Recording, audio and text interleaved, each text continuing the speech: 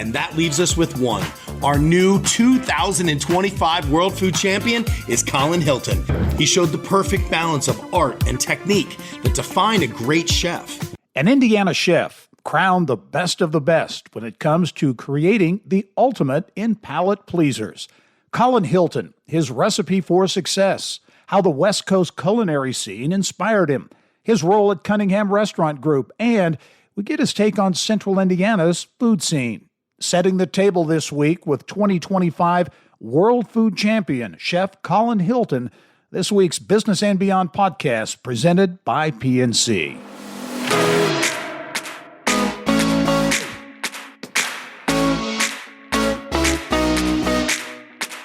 And I'm pleased to be joined on the podcast this week by Collin Hilton. Collin is the chef de cuisine at Cunningham Restaurant Group, based here in Indianapolis, an incredibly successful restaurant group, more than 40 restaurants in Indiana and a couple of other states, I believe, as well. And Collin, welcome to the podcast. It's not often I get to have a world champion on. Congratulations. Hey, thank you very much. Good to be here. Yeah. Okay. Chef de cuisine at Cunningham Restaurant Group. What does that translate into? More or less a chef of food. And so, yeah, my wheelhouse is all things food related, but specifically kind of what's new, what are we going to change current menus to, what needs to be tweaked. And then when we do new concepts, my focus is developing that menu or that concept. We'll get into a little bit of that a little bit later, but wanted to really off the top here talk about your big win in the World Food Championships. The World Food Championships, I think, was this year the second year they've been in Indianapolis? So I'm a little confused on all that too, because I'm also very new to the World Food Championship, but I think they've been here maybe a few years back for part of it, but this was the first year that they did like the main event in Indianapolis. Well, talk about the World Food Championships, because it is a very big deal. It was held at the Indiana State Fairgrounds, and it really does bring in the top chefs and top talent from around the globe. Give people an idea of how big an event this is. Sure. Yeah. I mean, historically, it seems to be sort of a traveling circuit in terms of where they've hosted, what city. I think they just moved from Dallas the year prior, but I mean, we're talking, it started with maybe 12 to 1,500 competitors starting all around the country, and internationally, I think 35 other countries have participated so far. Narrows it down. And so once that's narrowed down, those are all the people that actually came to the Indiana State Fair this last, was it November, October, somewhere around there? Yeah, somewhere late in the year. So you won here to compete or to earn the chance to go on to the final table competition in Arkansas. Talk about the competition here. What was your dish? How did you win, and what was it? What was the inspiration for that dish? Sure. Yeah. I mean, when I won Indiana here, I was within the category of noodle, and so obviously cooking noodles for that. That was over the course of a whole weekend, and you had to do 3 different competitions. So you needed to do well in all of them and then win the final. I think that one was just kind of focused on, we were required to use Parmesan. So I think there was a Parmesan broth and some winter squash that I spent a long time hunting down, trying to find this particular squash. I found it at a nearby Whole Foods downtown. Chicken meatballs. Collin, tell me about that, because I think that people will find that interesting. So in terms of the ingredients, you are very particular and very specific about the kind of ingredients that go into the dish, right? Sure. Yeah. I mean, I think that everybody finds inspiration from different things. I often seem to be finding stuff from ingredients first. It's kind of my career path has kind of led me that direction, where I get really into something. I like the integrity of an ingredient, really want to showcase it. And so, yeah, this was a kogi nut squash, which is pretty new to the market and pretty new to the world. It's a hybrid that just was developed in the last few years. And so trying to find anybody that's growing it was challenging, but happy I did. Yeah. Yeah. So how do you know how many other chefs you competed against here in Indianapolis? So the competition, once it was narrowed down for everybody coming into the competition, I think it was somewhere in the group of like 15 chefs or teams. And that immediately got narrowed down to 6 and then narrowed down to 1. And so that's the one I won, and then represented the noodle category in Bentonville. I guess when you won that here in Indianapolis during a chance to head to the final table, what was running through your mind? Was it surprise, shock, elation, combination? What was it? I mean, all of them, honestly, mostly surprised from the get-go of all this, because I sort of stumbled into the competition like maybe just a month prior to it happening here in Indiana. I know that there's a lot of people that they make their whole careers out of following these competitions or doing this competition. It is quite lucrative if you can win the big prize, sure. But just something that I never really sought after. And so it was kind of a stumbling uphill the entire time for me. So I was, shocked, obviously pleased. Yeah. Who doesn't want that validation that they did a good job? But yeah, mostly just like, oh, wow, this is cool. Okay, so set the table for us on the final table in Bentonville, Arkansas. This is the big deal, and you were competing for a lot of money, $150,000, right? Yeah, that was quite the high price tag. Yeah, the Bentonville was really interesting. Again, over the course of a weekend, it was a series of competitions. We did 3. So there was 12 competitors or 12 teams. Each of us is basically whatever subcategory that somebody won. So I won noodle, so I was representing, that was my title of noodle champion, but there was people that won vegetarian or won desserts or won burger. So each of those who competed. We went head to head Saturday morning, where we all had to come up with a dish based off of, we had to shop it within an hour at Sam's Club. So we all met up and ran around like a frenzy and bought ingredients. So you got so everybody was kind of in the same spot, and you bought everything at Sam's Club. Yep. Even playing ground. We all had to meet there one night, and they basically told us, if you can't find it here, you can't use it. So that was the challenge, and it proved challenging, but did pretty well on that. I ultimately, out of the 12 of us, I actually got second on that one, but narrowed down. 6 people dropped off right there. So then the 6 competitors moved on, and the next round was called Taste and Recreate. So we all went out to a restaurant in Bentonville and got to taste a dish that the chef presented to us. And that chef was an invited judge for when we were having to recreate the dish. So we all tasted this pasta dish. I felt like I had a pretty good upper hand being from the noodle category already. Right. Yeah. And then boded well for me. I ended up getting first out of that competition too. So that was exciting. And then the final rounds, what we were challenged with is to cook anything we thought that represented our culinary journey, which personally I found very challenging because I don't like that broad of criteria. I'd rather you tell me something very specific, like I want a salad appetizer with shrimp on it or something. Cool, I got you. But if you're like, just do something that represents yourself, well, that requires a little bit more reflecting. And took just that. Took some thinking through my past and who do I consider myself as a chef. And yeah. Well, describe the dish, the winning dish. I think I read somewhere it was called the chicken, or somebody described it as was it the chicken noodle soup of a lifetime? Sure. Well, that's quite the honor if somebody said that. But yeah, I do believe I told the chefs as the chef judges as I was presenting it to them, that the idea was to do chicken noodle soup.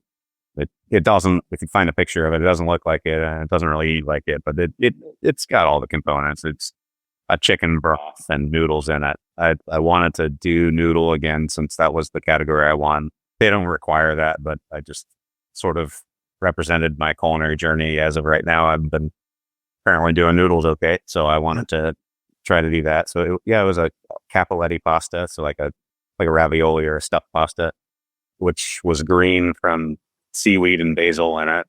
Stuffed it with some English peas because it's springtime, and like I said, I'm pretty ingredient focused. And those floated inside a kind of a chicken brodo or a chicken broth, and then from there, to kind of pull from my past is kind of I have a lot of influence internationally, worked with a lot of people from different parts of the world, and always was really inspired by that. So took a lot of kind of condiments from Yucatan, so down in Mexico, that would kind of flavored the broth. So that thing called recado negro, which is kind of this burnt chili condiment that you describe it and it sounds terrible. You're making it and you're like, everything I'm doing is wrong. And then you eat it and you're like, oh, this is really surprising. What a lovely, cool thing at the end of it. And so I thought this would be cool to showcase something that maybe not everybody knows. We we pieced a couple fresh vegetables in there. We pickled some Meyer lemon, and then we finished it with a salsa matcha, just kind of bring some bright heat and bright color to the dish. And all in all, I'm pretty proud of the dish, and apparently it's a winning dish. Yeah, did the trick to be sure. So you get a big check for $150,000. Do you have plans for it? Maybe you've spent some of it already? I don't know. What do you plan to do with the money? I mean, great question. I've been asking myself that the whole time. I've got a young daughter. That's the main focus I always come back to, is obviously priority number one is be a good dad. I mean, that's all I really want to be. There's other goals in life, obviously, and maybe I work towards those as well. But first and foremost, I think put a chunk of that away and invest in her future. That's great. That's great. This win, obviously, it's big for you personally. Do you think it does anything for the Indy food scene, for Indianapolis as a restaurant town? The fact that you are from Indianapolis, you work here, you got that world championship honor. Does it do anything for Indy's reputation, foodie wise? Yeah, I mean, I'd like to think so. Or, I mean, I think it's synergetic. I don't want to take all the credit for it. I think it is timed really well with that World Food Championship has moved here. So I think right when this huge event that just me and the Indiana chef that didn't know about it 6 months ago happened to win it, I think gives kind of both some attention to me, attention to our food scene, but also attention to that. So I think synergistically, it's great for all of the above. But yeah, I'd like to think so. I think that Indiana often is in the shadow of some larger cities, obviously. I mean, we said just south of Chicago. And so when these big national awards start pumping out, they tend to lean up there because that's often the people handing out the awards are dining up there or live up there. And so maybe they've made it down a couple times, but it's more often we're a little behind in terms of the reputation and credit that we're getting. So hopefully, I mean, there's tons of great chefs here, tons of great food. There's a lot going on here in Indiana. So hopefully I'm one of many catalysts to help move that scene into national spotlight. Yeah. How would you describe, Collin, the indie food scene, and how has it changed maybe? Because I think it's certainly changed and evolved just in the last few years. But what would be your assessment from someone who's in the industry and knows it well? How would you describe the indie food scene? Sure. I mean, humble at the end of the day. I think any food scene is a reflection of kind of the people, the demographic of people that are dining. It feels very Midwest. You find yourself traveling to other places and coastal. Obviously, we've got a palate that looks for kind of all the things that we already are. I mean, so often I think the food tends to leans onto like a comforting side, which I don't think is a bad thing. I mean that in the most endearing way.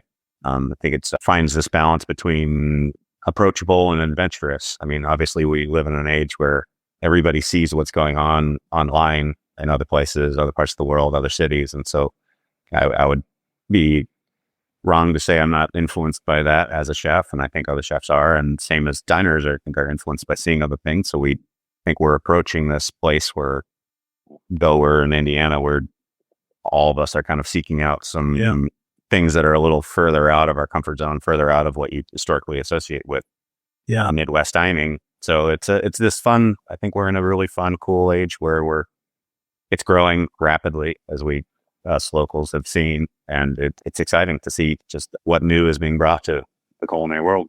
Yeah.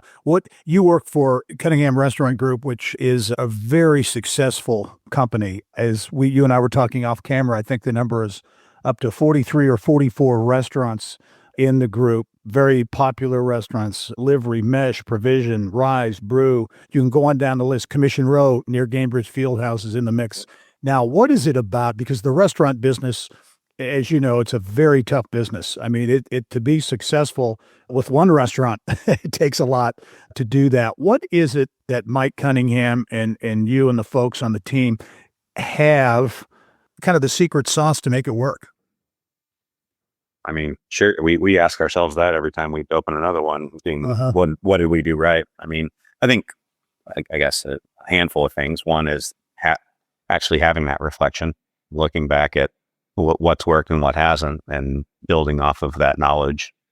Once you get a few right, you do kind of have that upper hand advantage of knowing, okay, I can accomplish that, or no, that doesn't work. That maybe in theory, that's really cool, or that dish is really awesome, or this kind of cuisine is something I want to see more of, but it just doesn't translate to the world. But I mean, honestly, I think a lot of it comes down to the hospitality aspect of it. I mean, just like I was saying before about a cuisine in Indiana is very approachable, very comforting. I think that's something that we always are bringing to the table with our restaurants at Cunningham Restaurant Group. We want the service side of it to feel very comfortable, very welcoming, and so we don't want anybody to feel alienated. We try to write menus in a way, even if it is somewhat more of a novice ingredient, we try to write it in a way that it doesn't make you feel like this is something you're in the wrong for not knowing about. We're excited about showing it to you, and we want to do that in a way that everybody feels included in that. So I think ultimately the success comes from inclusion, inviting people in, sort of we're one big family while you're dining out. Yep. Hey, much more ahead with Collin Hilton, a world food champion based right here in Indianapolis. When we come back from the break, we'll talk about his journey in the food world and a lot more when the Business and Beyond podcast returns. Stay with us. At PNC Bank, we're committed to making a difference in the lives of our customers and communities by helping them move forward financially. As a Main Street bank, we try to do right by our customers with every encounter. Our local teams offer personalized financial advice to help guide you in making the best decision. We're proud to be part of your community. PNC Bank. See how we can make a difference for you at pnc.com. Copyright 2022, the PNC Financial Services Group, Inc., all rights reserved. We build Indiana. The Laborers International Union of North America builds and maintains roads, bridges, and other essential infrastructure that make us the crossroads of America. So thanks to LIUNA members' work, Hoosiers have a better quality of life, like access to utilities, easier routes to jobs, schools, or medical care, and deliveries keep moving. We build Indiana for good jobs and stronger communities. The Laborers International Union of North America. We are LIUNA. Welcome back to the Business and Beyond podcast presented by PNC. My guest this week is Collin Hilton. He is the chef de cuisine at Cunningham Restaurant Group here in Indianapolis. And for the purposes of this podcast, he is a world food champion. Crowned, won the competition, the big competition here in Indianapolis late last fall, and went on to Arkansas to win the world championship for his noodle dish. And Collin, as you kind of mentioned, I think in the first part of the podcast, you kind of stumbled in. This is not really a lifelong goal for you to be a chef, or certainly to be in these big competitions. You kind of stumbled into the food world. How did that happen? Sure. Yeah. I mean, how does anything happen? You can just put one foot in front of the other and find yourself in a certain place. So yeah, I mean, I did a more classic routes starting out of high school and was going to college for multiple majors that ultimately I found myself not really making any sense of, just kind of trying to follow the model and working in kitchens. I found that I found a lot of satisfaction in that, and it felt very real. It wasn't as attracted to working on the computer or doing so many abstract things as much as I liked. So you felt you felt at home in the kitchen. When you got in the kitchen, it just felt natural.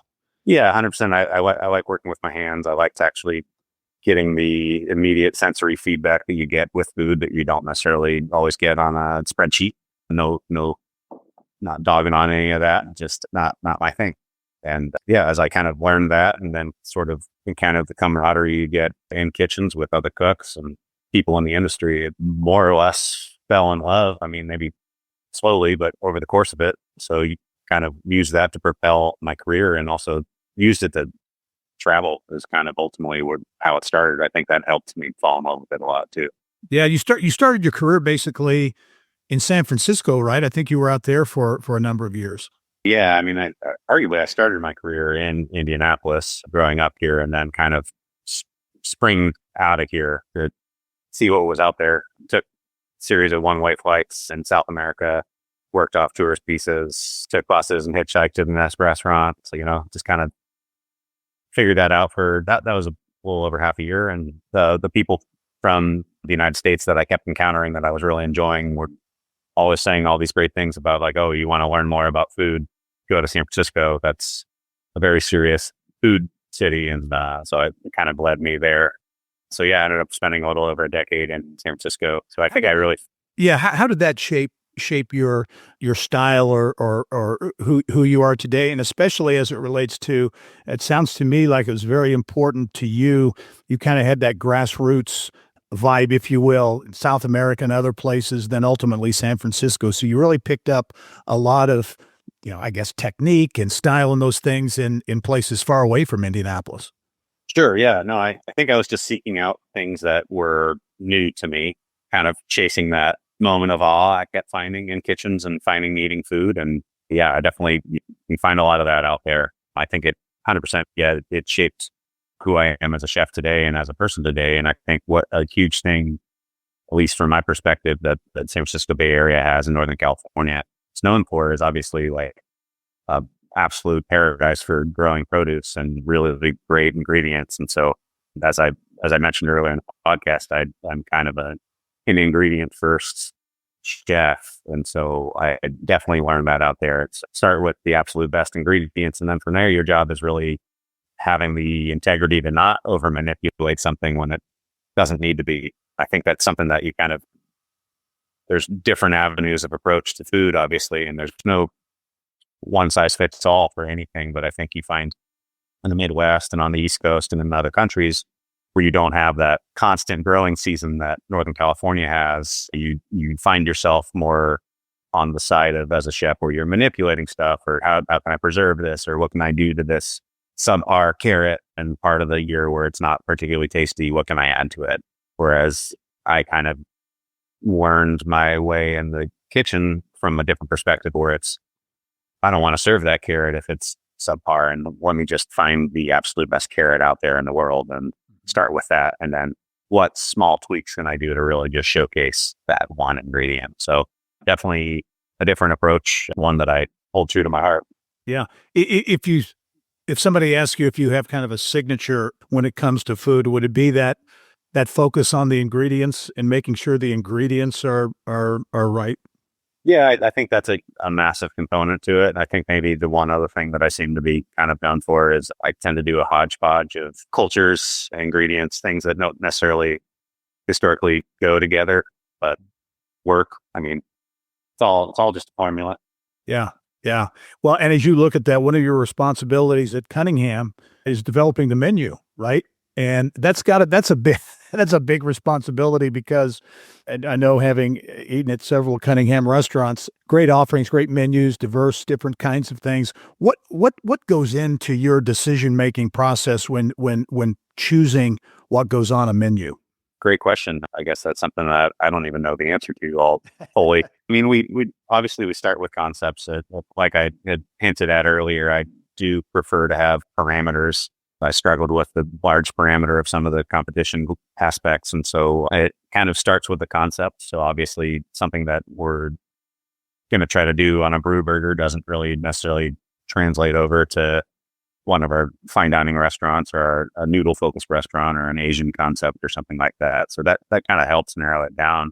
And then from there, we just kind of think from the perspective of the diner, what are they after? What kind of categories are usually people wanting to eat? And we need to have a few handfuls of red meat. We need to have a few handfuls of something braised. We need something vegetarian. We need a certain amount of salad. So ends up being a little bit of a formula where you kind of start chipping away by plugging and playing. And then that's kind of where the creativity comes in, where it's like, how do you, in some regards, do this thing that you kind of know works, but make it new, add a refreshing aspect to it, make it worthy of coming back to. So it's a combination of things. Yeah. Yeah. So Collin, I know you mentioned earlier, not a big competition guy per se, but looking forward, do you anticipate getting in the World Food Competition to kind of defend your title, I guess, next year?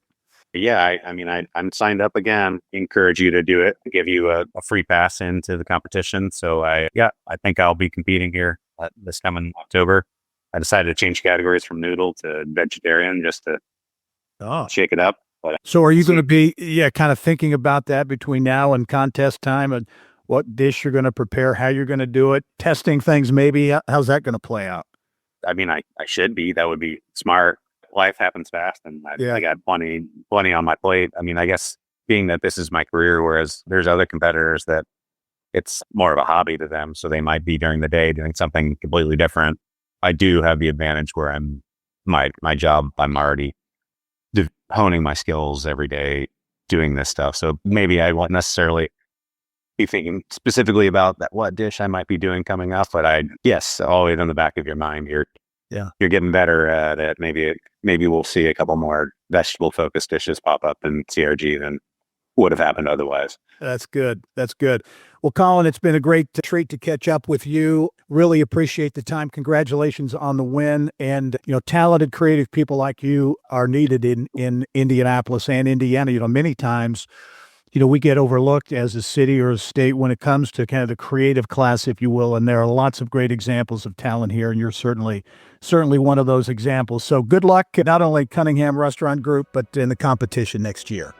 Well, thank you very much. It's been a pleasure to talk to you, and thank you for all the praise. Really appreciate it. All right. And thank you for listening to this episode of the Business and Beyond podcast presented by PNC. We're a weekly conversation with achievers in business, sports, entertainment, and beyond. And you can download all of our episodes, 200 plus, and get Indiana business news 24/7. All you have to do is go to InsideIndianaBusiness.com. Thanks for joining us. I'm Gary Dick. We'll see you next time.